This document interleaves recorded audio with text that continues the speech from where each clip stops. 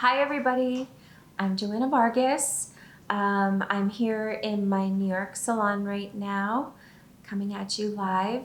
I thought that we could do some questions. You guys have sent me like a ton of questions, so I'm really excited to share with you some answers. You can also just ask me right now if you're watching, and I'll try to take as many questions as I can.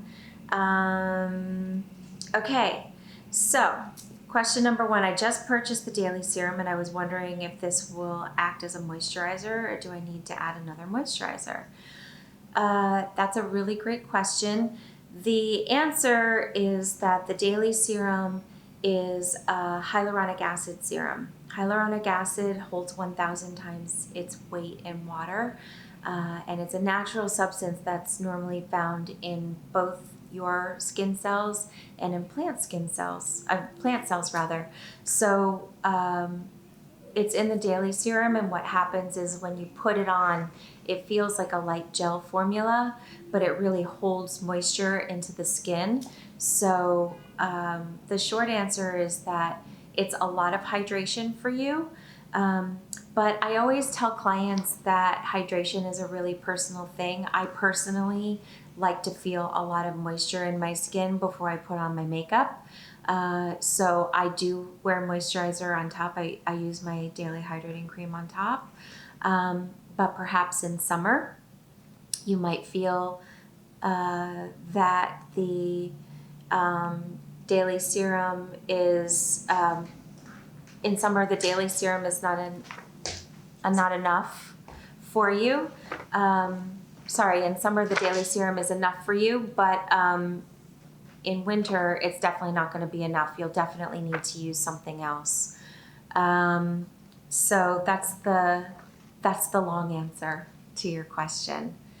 Okay, what is the best type of facial to get the first time ever getting one? So really, I want you guys to understand that the skin is not cookie cutter. One of the reasons that I started my own salon was that I wanted to provide, whatever the client's skincare need was in the moment. Your skin changes from season to season. It changes depending on, your work schedule, your travel schedule, your stress level, your diet, things like that. So you want to address what your skin needs in the moment.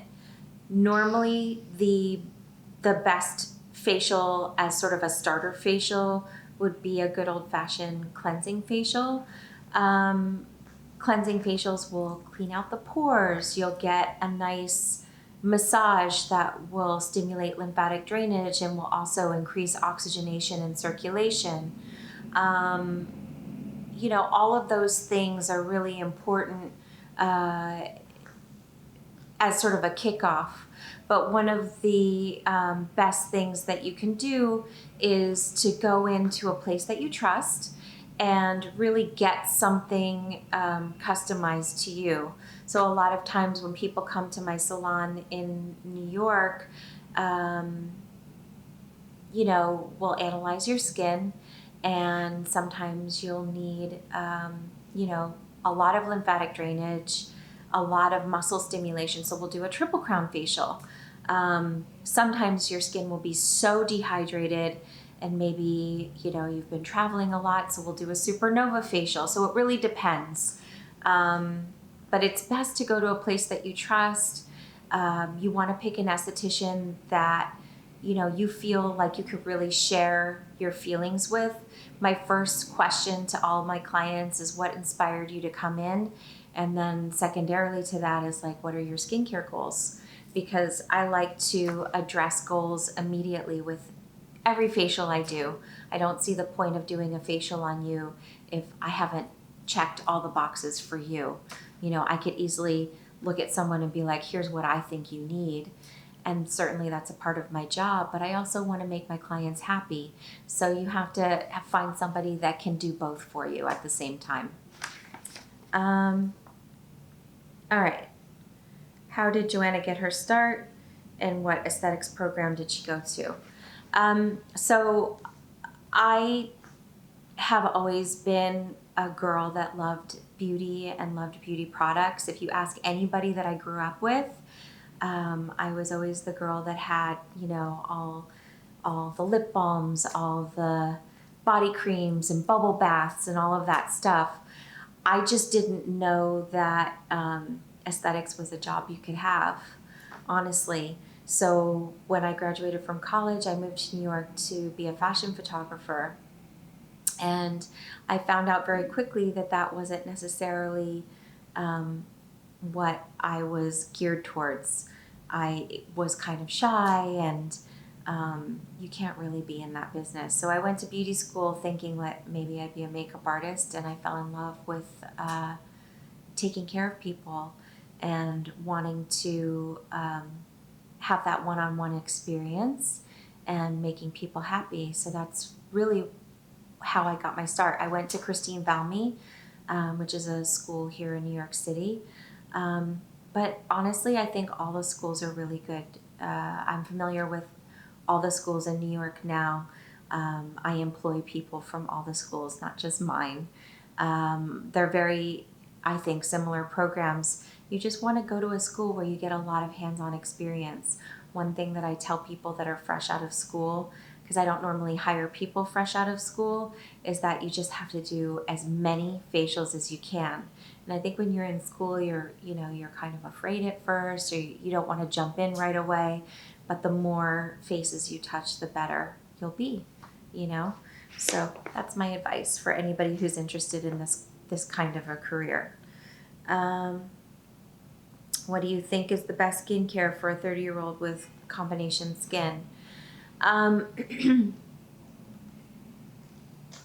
Well, I think the best skincare is really a combination of keeping your skin clean, you know, getting your pores cleaned out regularly, but also doing a bit of preventative anti-aging type facials. Microcurrent is awesome. LED light is amazing for skin. I highly recommend that to anybody, whether you're 23 or 83, because it builds collagen, it makes your skin healthier, it reduces inflammation, it speeds the healing of the body by 300%. And as most of you guys know, I'm the patent holder of a full body LED bed. You know, it's a top and bottom enclosed bed that you get in naked and you do your whole body. Somebody's asking me now, what's the biggest industry change now versus when I got started? When I first became an esthetician 20 years ago, really the fashion was to do glycolic peels with every treatment, or just to do a glycolic peel and like a little massage and send people on their way. And I found that the beauty industry was very cookie cutter. Machines weren't a thing at all back in those days. And now I'm happy to see that technologies in the beauty space are more common, and you can find them anywhere now because they're so effective. Non-invasive technologies are so interesting to me and have really changed the landscape of the beauty world and what we as estheticians can do for clients. And that's really what still makes me excited about being in the beauty industry to this day. Okay, can teenagers use your products, and which ones are best? I love my skincare for teenage skin. In fact, my 14-year-old son uses my skincare all the time. The Daily Serum is awesome. The Miracle Bar is a great charcoal soap, which is awesome for keeping your pores cleaned out. You know, teenagers struggle with hormonal acne a lot. And struggle with getting on a good routine, so the charcoal soap really helps with that. Keeping it simple for teenagers, I think, is really important. The Dawn Mask is really good for controlling breakouts because it has mandelic acid, which is a really gentle, effective, acid treatment. It's got a lot of vitamin C in it as well, so it's good for that. The Euphoria Mask is good for calming. Okay.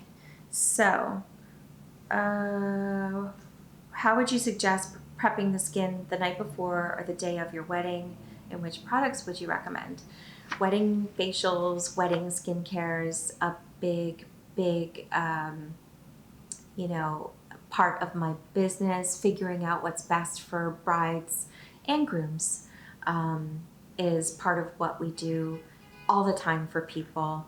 I would suggest, I'm just going to jump in and answer this one question. Can you recommend any estheticians in Dallas? Two of my really good friends have salons in Dallas, Renee Rouleau and Joanna Check. Those are my two of my favorite people in this industry. So those are highly recommended. Okay, so wedding stuff. So I wouldn't recommend starting anything brand new the day before the day of your wedding, or the week of, or 2 weeks before your wedding, just because anything new, you don't know how your skin's going to react. And I just wouldn't go there. I would prepare your skin well in advance, months ahead.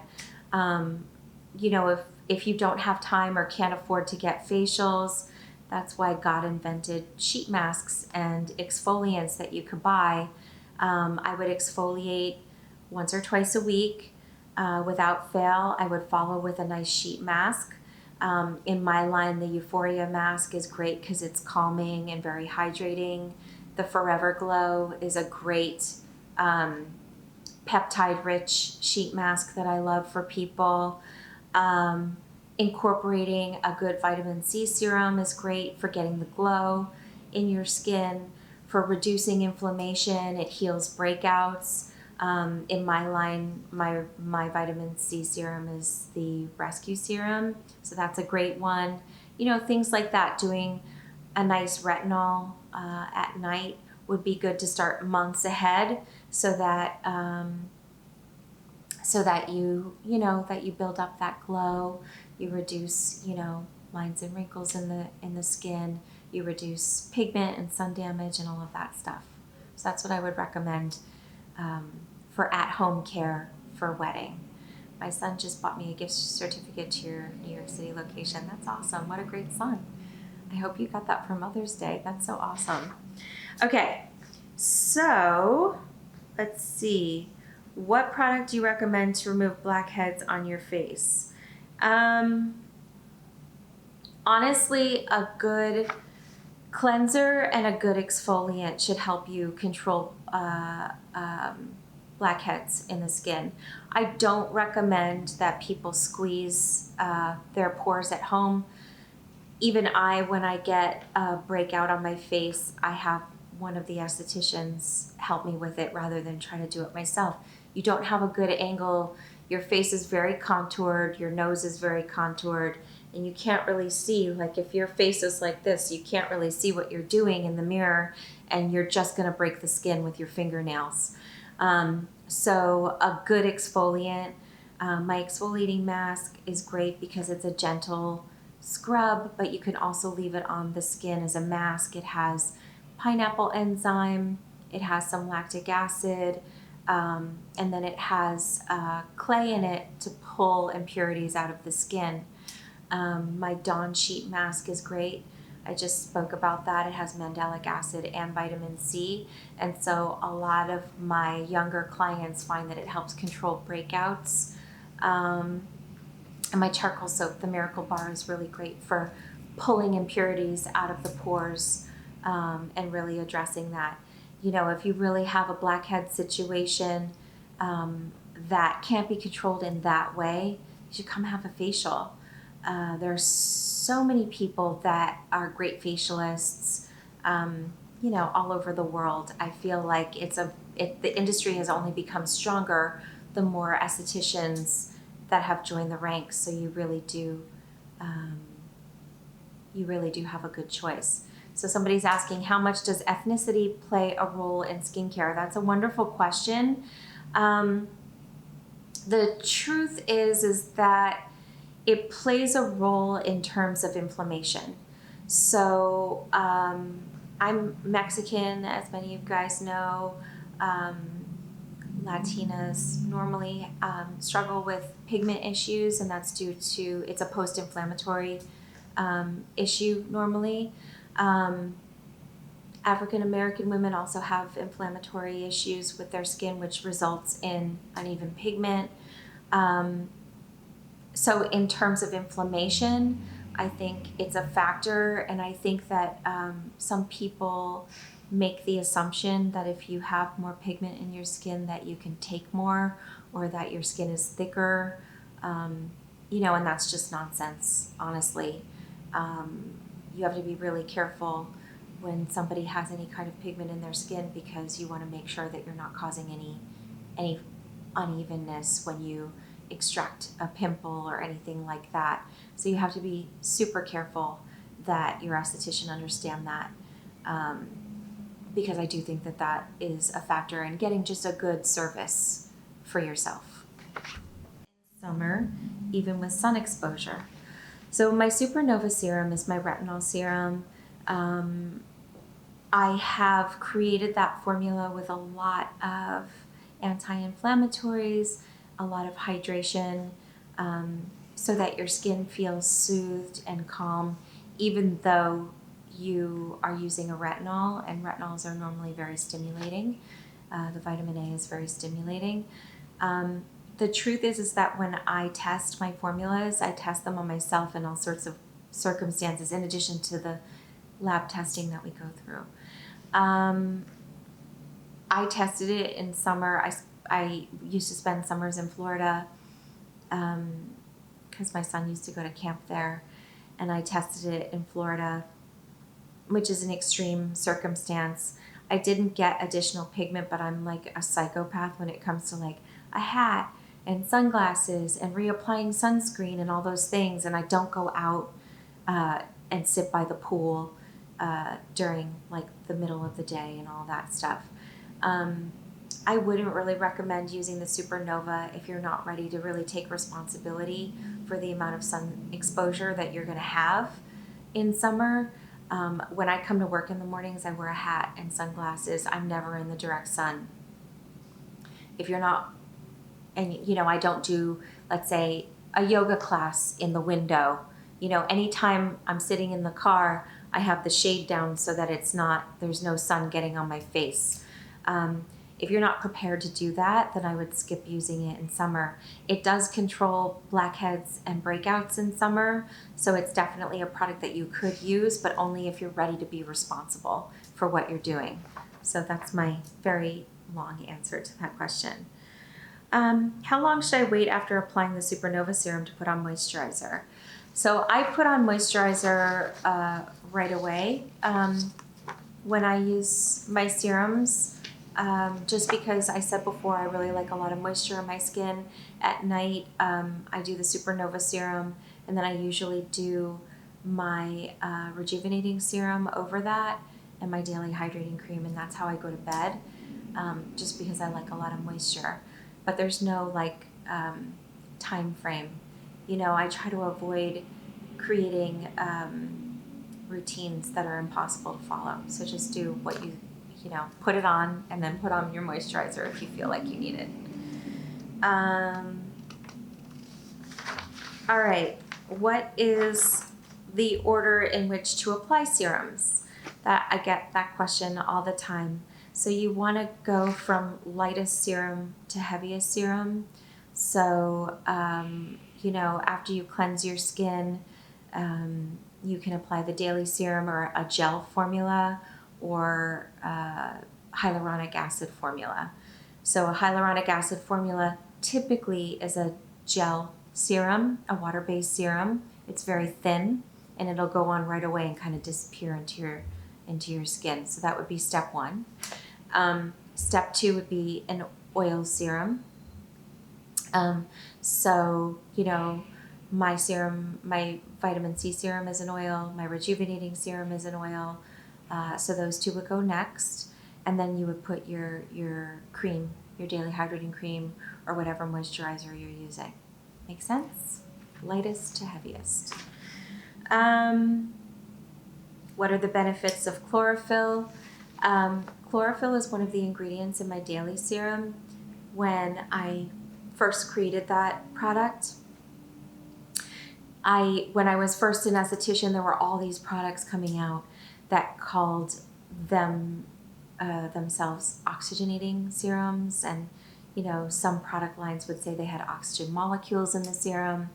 None of that really made a lot of sense to me at the time. The only way I thought to oxygenate the skin truly would be to put greens in the skin. And chlorophyll is something that I used to recommend a great deal to people who broke out a lot because it alkalines the digestive system. It's like an extra 3 servings of greens a day. I used to give it to my kids. It was recommended to me years ago by this amazing nutritionist that I used to see in the city, Sally Kravitch. And it just really worked. It really works for my kids to do it, and it really works for clients just to kind of control inflammation that happens from breakouts. So chlorophyll was in my brain, so I thought I would use it in a serum. Chlorophyll has potassium, zinc, which stimulate the lymphatic system, so it's depuffing. It increases circulation, and therefore it oxygenates the skin. Same with oatgrass juice. That also has a lot of minerals for the lymphatic system, and it's really great at oxygenation. If you can only purchase one product from the line, which do you recommend? Well, my top selling product from the start of my launch of my skincare line to now is the Daily Serum. It's worldwide, it's the #1 product. So I guess if you were going to try anything, it would be that, because it's good for all skin types. It's a great hyaluronic acid serum. I always ask people to think of it as sort of like a daily dose of vitamins for your face. Everybody needs it. Everybody needs oxygenation. Everybody needs all those greens and those vitamins and those minerals. So it really is like a multivitamin for the skin. So that would be like a good starter product. If you feel like you need more healing in your life, if you're breaking out, or if you have unevenness in your skin, another great serum is the Rescue Serum. It's my vitamin C serum. That's a great starter product. Again, it works on any skin type, whether you're oily to dry, mature, sensitive, everything. Everybody needs vitamin C, quality vitamin C in their life, so it's great for that. How often should I use the exfoliating mask? Weekly. The exfoliating mask should be used at least once a week. In winter, you would use it once a week. You don't want to over exfoliate your skin. In summer, when your skin is oilier, when you're having to deal with pollution more, and just more stickiness and humidity, I would use it twice a week. And the way to use it is you scrub it on the skin, focusing on the oilier T-zone, and then leave it on as a mask. You could even use it in the eye area. You wouldn't scrub it in the eye area, but just mask it in that area, and it'll take away the creepiness that you see around the eyes sometimes when you're tired, or you haven't eaten well, or you've been traveling. Let's see. Which product would you recommend to use for acne scars? Acne scars need to be cared for very easily. I would definitely recommend that you do LED light treatments. LED light speeds the healing of the body by 300% and helps collagen regenerate. So it would be great for sort of healing scarring on the skin. But it depends on how old the scars are. If they're fresh, LED light will get rid of it like that. Exfoliating regularly is very key for acne scars, and you also have to wear sunscreen at all times. If you allow yourself to get sun on a scar that's healing, it's going to leave a mark, because it's, your body's already trying to heal it, and if you damage that skin again, you're asking too much. You're really gonna see a mark after that. Also, the Dawn mask is really good for scarring as well, just because it has that mandelic acid, and using that regularly, I've seen really good results with that. Do you recommend a face steamer? I know that all of these little devices and gadgets have become really popular for home. While I don't have a problem with a face steamer, I don't feel like it's a necessary tool at home to have in order to have great skin. We have a built-in steamer. It's called your shower. So sometimes I'll recommend that clients put the exfoliating mask on before you get in the shower and just let the steam from the shower, steam the face and keep, the pineapple and lactic acid activated throughout the whole shower, and then, rinse it off at the end. So I'm not like a huge fan of recommending tools and stuff for at home, because the more stuff I recommend, the more people don't use it. So I just try to keep it as simple as possible. So it's kind of up to you. If you want to steam with a mask on and you'll really do it, then go for it. It's really great. Steamers keep whatever's on your face more active. So whatever you could do to have it on your face and have it be doing something for you, the better.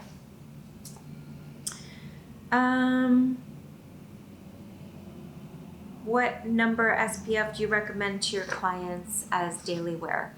Honestly, I hate to break the news to you, but you should be wearing an SPF 50 at all times. You just need that level of protection. I wear it under my makeup, and then I have Eminence Organics makes this sunscreen powder that it's a translucent powder, and I can reapply it over makeup throughout the day, and that one is really handy. Supergoop makes a mattifying setting spray that you could reapply throughout the day. That's also an SPF 50 that I like as well. I don't sell it, but it's a great product, and they sell it in this like little cute travel size, so you could put it in your purse. Let's see. What at-home LED device would you recommend? I don't sell any LED devices for at home at the salon, just again for the reason that a lot of people don't necessarily end up using them, but I do make clients who travel a lot buy one so that they can use it while they're gone. I've heard that Dennis Gross's is a good one. There's another brand called Baby Quasar that I like. It's a little bit pricier, but it's very high quality LED, and I've seen good results with that. I can't think if there's any other ones. There's one that's sold on Amazon, and maybe I'll have my team post it later for you guys. I don't sell it, they don't pay me, but I like it because it opens like a book, and you can like just rest it on your skin. You don't have to like sit there for an hour and do your whole face. Someone's saying to me, also as a skincare professional, recommending tools can be tricky if clients don't use them accurately, can cause more damage. That's also true. I don't really recommend, that I saw a lot with like the Clarisonic brush when it first came out. I was excited like everybody else was about the Clarisonic brush, but then, it's one of those things where it's great if it's right for you and if you use it right. And then I started to see people misusing it, and it makes you less excited about recommending it when you can't trust that someone's not going to hurt themselves at home. So that's a good point. Let's see. I'm just skipping around here. Best products for rosacea.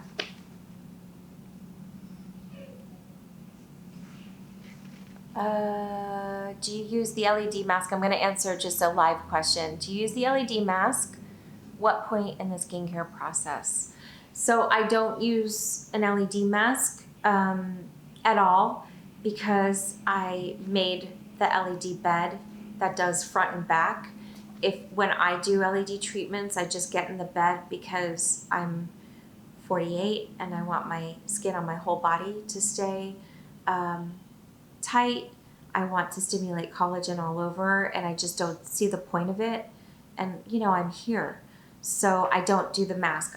Like I said, I recommend the one that you can rest on the face, because I find that to be very high quality. And some of the LED masks that are on the market, I have seen a variation of quality, and so I don't feel comfortable. I just don't know them enough to recommend one to you guys. Hi Joanna, what are your views on dermaplaning? That's a great question. So I have a lot of friends in the industry and other celebrity estheticians that are my real friends who are really smart women, and some of them do love dermaplaning. I don't do it at the salon, and I've never been like a huge fan of it, again, because I just don't think it's for everybody. I've had it done to me a bunch, but my pigment issues are tricky. When I get inflamed, I have a tendency to get pigment, and so I think it turns me off for that reason, because I have gotten pigment. I got pigment once from it, and like when you struggle with pigment, anything that gives you pigment, you just freak out about it. So that's why I've never really taken a deep dive. I will say that colleagues I trust and respect a lot do like it. It's just not my thing, and I think it's okay. Like I can't be. I try to stay true to what I think works universally for everybody, or what works for my clients. A lot of times estheticians will ask me to recommend machines or recommend equipment or certain things for them, for their clients. And I always say the same thing. If you think it's going to work for your clients, or if it works for you, then you go for it. You know, I can only speak to what I think will work here and with the clients that I already have. So that's my very long answer to that question. Anyway, do you guys have any other questions? Chat, were there any questions over there that you wanted me to? What would you recommend for bumpy skin or really deep acne? Okay, that's a good question. So, thanks, Sandra. Love you right back. I love London too. Bumpy skin. So there are a lot of causes for the skin to be bumpy. You could be experiencing digestive inflammation, which would cause an unevenness in the skin. I see that a lot. You could have bumps from, inflammation from like, something that you're sensitive to in the environment. You could just have acne, like cystic acne. I would be very careful if you think that the bumps are more cystic in nature. I would be very careful and hesitant to recommend any kind of scrubbing or anything, because you could break a cyst underneath the skin and spread the bacteria to a whole area. Have you guys ever seen somebody who has a cluster of pimples, like kind of in one spot? That's usually from the breaking underneath the skin and spreading. So I would use some sort of a lactic or enzymatic exfoliating mask. I would do a ton of LED, and I would clean up the digestive system. I would really look to see what you're eating that would possibly be causing it. And I'm not talking about, a lot of my clients eat very, very clean and well, but it's just a question of being more observant. For example, I have a friend in the beauty industry who is training for a marathon, and while she was training, she was breaking out in cystic acne like crazy.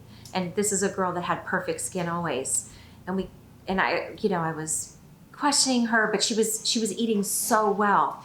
But before she would go running, she would have a peanut butter and banana sandwich, because it's good. I guess runners do that because it's good for usable fuel while you're doing like a long run, and it was making her break out.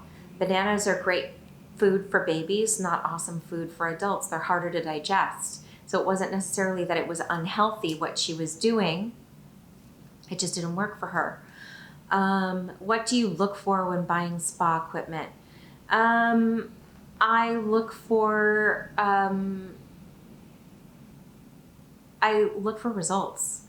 People should be able to show me that their machine really works. And of course, like if I'm going to be doing thousands of facials with it, you know, I look for a company to support me in my business.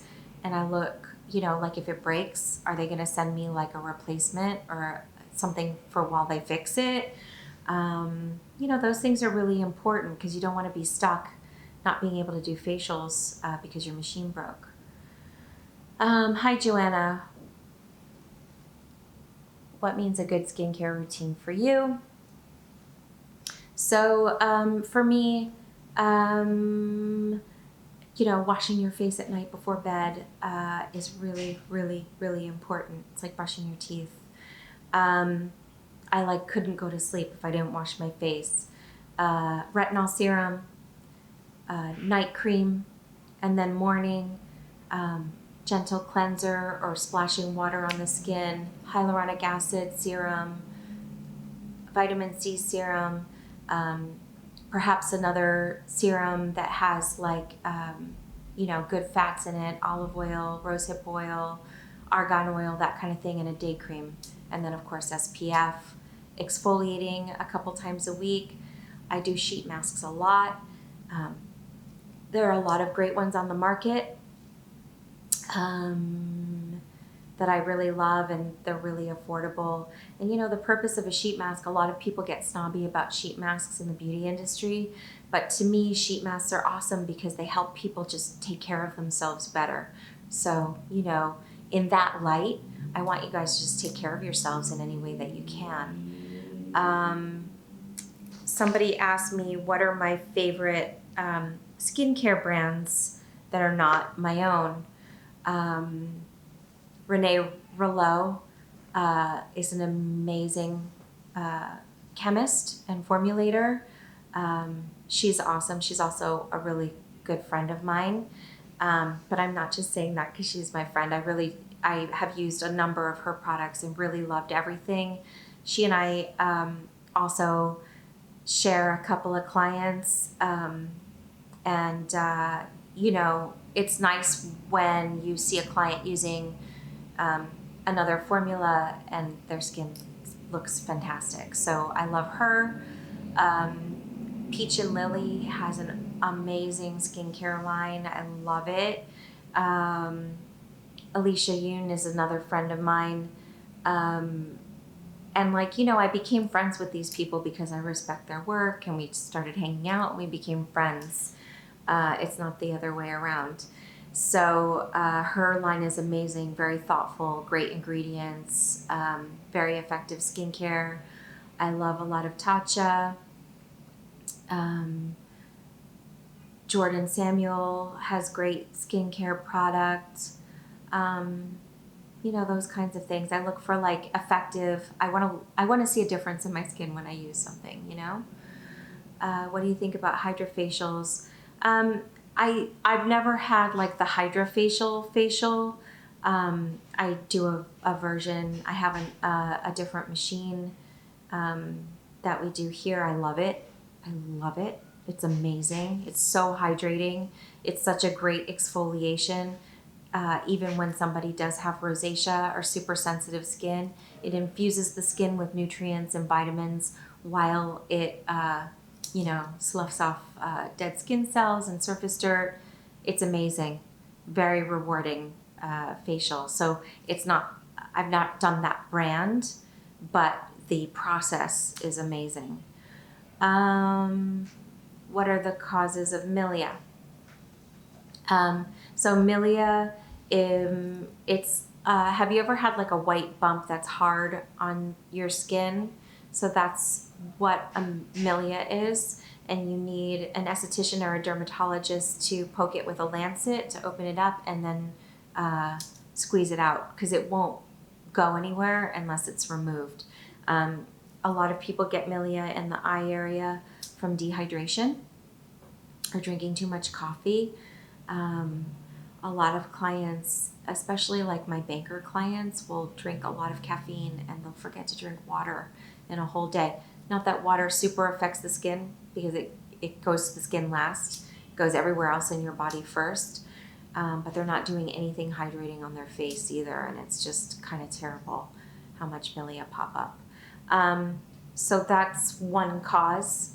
You know, it depends. Some people, I have a client who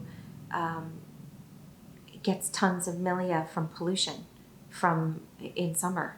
Every summer, just from sweating and from the stickiness and dirtiness of New York City, she gets a ton. So we do a lot of peels. We do a lot of LED light to keep her skin cleaner and healthier and happier, and that controls it a lot. Any other questions over there, Chad? Any fads that we should be avoiding in skincare? Fads and skincare. I guess this is my always answer to that question. Anything that has looked like it made an amazing Instagram photo, I would say is a cautionary tale in general. Some of the LED masks, everyone was taking the best pictures with those masks on. Some of them were not good, you know. If something is meant to be looked at more than, you know, focused on the results, then it's just not worth your time. I encourage all of my clients to try to educate themselves on the science behind things. LED is a real science. You can Google it online and read the actual papers that were written by the doctors who studied it and presented their results. It's a real thing. You know, injecting stem cells into joints is a real scientific thing for like sports medicine and stuff. It's not a real thing for the skin, no matter what anybody tells you. But these are just not just like, oh, Joanna thinks. I really try to stay in the science zone with everything I do. My clients trust me a lot. If I told them to do something, many of them would just do it. And I take that trust very seriously. So I try to read up as much as I can on what I'm doing, and then I try to take my education and give that to my client so he or she can make an informed decision from that point of what they're gonna do. I try not to be a dictator and try to, you know, involve everybody in the knowledge so we can all learn and grow. And like, you know, I never stop learning about stuff. There's so many things that I wanna know more about. But Joanna and I, who's another amazing facialist. She used to be in New York. She has a Dallas spa. She just reopened in New York, which I'm so excited about. She and I talked about this when we first met, that we really try to focus on science.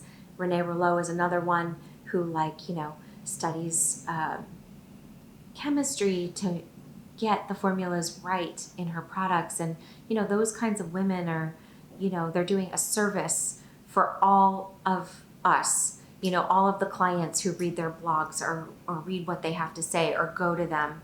You know, we all are trying to educate our clients so that you guys can make informed decisions about what you want to do. Are there any other juicy questions? All right, you guys, I'm gonna get out of here. Thank you for joining me. Thank you for always keeping up with everything. And I will see you guys very soon. Bye.